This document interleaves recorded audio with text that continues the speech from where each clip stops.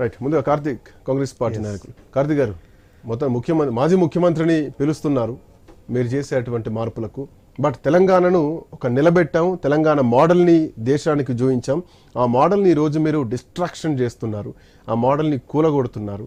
ఆ ఆనవాళ్ళని తీసేటువంటి క్రమంలో ప్రజల్లో వ్యతిరేకత ఎదుర్కొంటున్నారా? అంత అవసరం ఏమొచ్చింది విగ్రహాలు మార్పులు చేయాల్సినటువంటి అవసరం అన్నదో ప్రశ్న.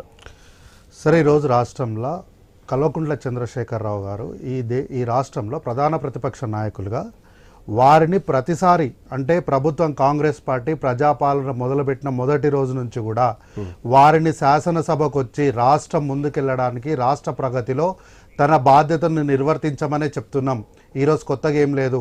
వారు ఈ రాష్ట్రాన్ని పరిపాలించినటువంటి 10 సంవత్సరాల ముఖ్యమంత్రిగా, రాష్ట్ర ప్రధాన ప్రతిపక్ష నాయకుడిగా కల్వకుంట్ల చంద్రశేఖరరావు గారి పైన మాకు అపారమైనటువంటి గౌరవం ఉంది. వారిపైన మాకు ఎట్లాంటి ద్వేషం లేదు, వారిని కించపరచాలన్నటువంటి ఉద్దేశం మాకేం లేదు. వారిని శాసనసభకు రమ్మనే చెప్తున్నాం. అట్లాగే ఈరోజు తెలంగాణ రాష్ట్రంలో అధికారికంగా మనం ఆవిష్కరించబోతున్నటువంటి తెలంగాణ రాష్ట్రానికి సంబంధించినటువంటి మన తల్లి యొక్క విగ్రహాన్ని ఆవిష్కరిస్తున్న సందర్భంలో, ఒక అత్యున్నతమైనటువంటి ఈ సందర్భం, ఇంత గంభీరమైనటువంటి సందర్భంలో వారి యొక్క స్థానంని గౌరవిస్తూ వారు తప్పకుండా ఇక్కడ ఉండాలని కాంక్షిస్తుంది ఈ రాష్ట్ర ప్రభుత్వం, కాంగ్రెస్ పార్టీ. కేసీఆర్ పైన వ్యతిరేకత వచ్చింది ఎన్నికల సమయంలో, కానీ కేసీఆర్ తీసుకున్నటువంటి ఇట్లాంటి చారిత్రక నిర్ణయాలపైన వ్యతిరేకత రాలేదు. తెలంగాణ రాజముద్ర పైన ప్రజల్లో వ్యతిరేకత రాలేదు, తెలంగాణ తల్లి విగ్రహం పైన ప్రజల్లో వ్యతిరేకత రాలేదు, పేర్ల మార్పులకు సంబంధించి కూడా వ్యతిరేకత రాలేదు, జిల్లాలు పునర్విభజన చేసినప్పుడు కూడా వ్యతిరేకత రాలేదు. ఇంకా మాకు ఒక జిల్లా కావాలని చెప్పేసి ఆనాడు కొట్లాడినటువంటి పరిస్థితి. బట్ ఇక్కడ ప్రజలకు సంబంధం లేకుండా, ప్రజా ఆమోదం లేకుండా కేవలం కేసీఆర్ చేసినటువంటి ఆనవాళ్ళనే తుడిపెయ్యాలి అన్న ఉద్దేశంతో ప్రభుత్వం ముందుకు పోతుందా?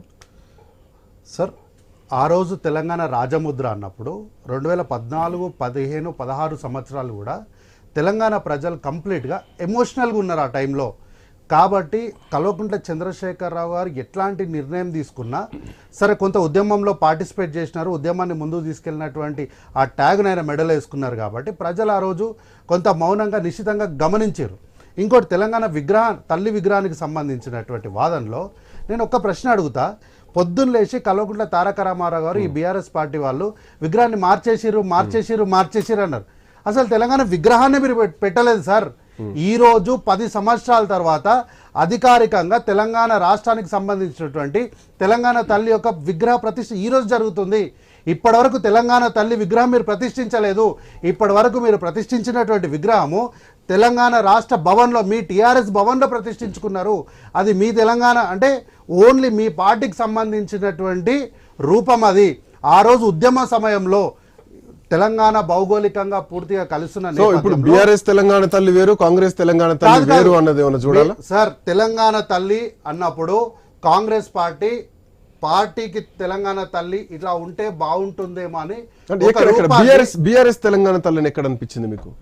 వాళ్ళు ఇంతవరకు ఎక్కడ అధికారికంగా ప్రకటించింది లేదు కదా. మన తెలంగాణ తల్లి రూపం ఇలా ఉంటుంది అని వాళ్ళు ఎక్కడ అధికారికంగా చూపెట్టాలి. చూపిస్తే మీరు ఎక్కడైనా ఒక కాగితం చూపెట్టండి, ఆ జీవో కాపీని చూపెట్టండి మాకు.